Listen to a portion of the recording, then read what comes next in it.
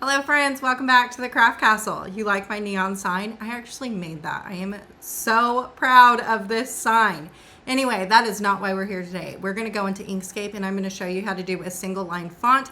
This is so useful for if you're using a laser cutter and you are trying to score your letters versus engrave, because we all know that engraving takes a long time if you use a laser cutter. So I'm going to show you how to get some single line fonts, where to download them, and how to utilize it. Okay, the very first thing you're going to want to do is open up a blank window in Inkscape. The very first thing I want to talk about though is this right here. Do you see these numbers? This very top number that I was engraving some pencils, and I just tested it out to see like how long would it have taken had I engraved my pencils versus scoring my pencils. And to engrave the pencils, it would have taken 48 minutes. Now, I don't remember how many I was doing, but just know how many ever I was doing, it was going to take 48 minutes to engrave all the pencils that I wanted. And we're talking like Mrs. Falcon, very small little engraving. So then what I did was I decided I was going to do a single line font. And this number right here, using the same amount of pencils, this exact same engraving, I change it to score, and now all of a sudden my project goes from 48 minutes to 13 minutes. So having single line fonts definitely speeds up the process. It gives it a different look, but to be honest with you, if you're scoring, you're going to be doing it in like really small little letters.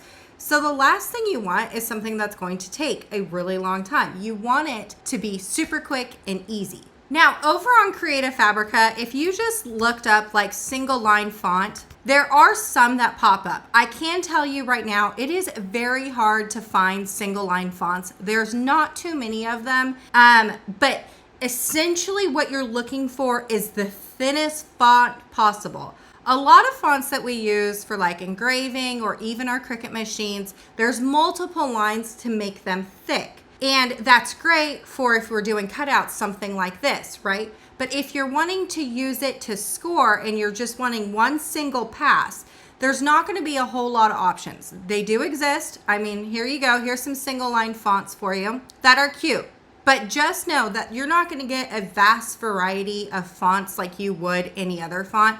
But it's very important that you do single line fonts only. Okay, if you don't want to download, if you go into Inkscape, and we have a brand new window in Inkscape, and let's put in any name, any word, doesn't matter what it is. And then I'm going to press this arrow tool, and I'm just going to make my name bigger just so we can see what we're doing. So if I were to save this the way it is, it would end up scoring all around it, making it look like a bubble letter. So instead, what I'm going to do, okay, so now I have two copies. I just duplicated it so I can show you later the difference between the two. So taking my second copy, I'm going to come up into here, over into extensions, and then I'm going to go into text and then Hershey text. For this, there is going to be two options. Again, not that many options when it comes to single strokes. So you're very limited on the fonts that you get to choose. You either can have this sans one stroke. I'm going to move my box over here. We're going to click this live preview. So do you see how that sans one stroke? You see how now that font just got put to a very thin font? That is a single line font. If you want to, you can change the font face, and let's do this script one stroke and see how now this script one, it's like a cursive and it's still a single line. This will also give you that score look that you're looking for. Now, with Inkscape, there is only two. The rest of these that pop up, when I tried to do them with my Glowforge, they didn't, I mean, although they look like single fonts, I was having a real hard time getting them to show up really well. I'm thinking that they're truly not single line fonts. They still kind of want to do like a bubble letter.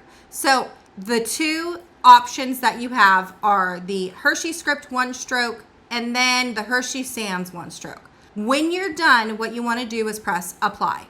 Okay, it'll look like nothing happened. As long as you press the apply, you should be good to go. Then what you're going to do is just press this X, the red button, and we're going to close out of that.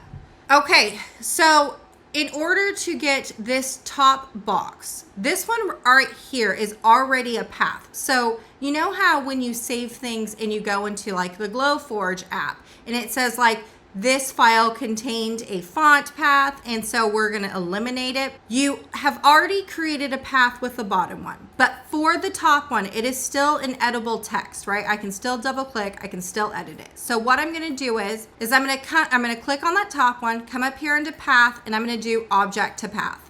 Now I can't edit any of this, right? Okay, so let's just go ahead and save this, and I'll show you what it looks like in Glowforge.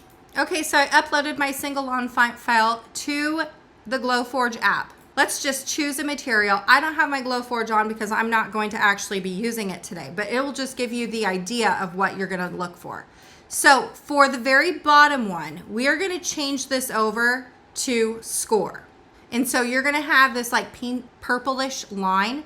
Now this one right here is set to engrave, and it would engrave just the way that that looks. However, if we were to select that and go over here and press score, do you see how it looks like a bubble letter? And if it looks like a bubble letter, what will happen is you're gonna go and put your thing in there and it's gonna come out looking exactly like what you see on the screen, a bubble letter. So that's why it's super important to do that single line font, because if we zoom in, you see how there's no bubble? That's because we have a single line font versus this one right here. All right, y'all, I sure hope I was able to troubleshoot a little bit for you and show you how we can save a bunch of time engraving by just doing single line fonts. I will see you later.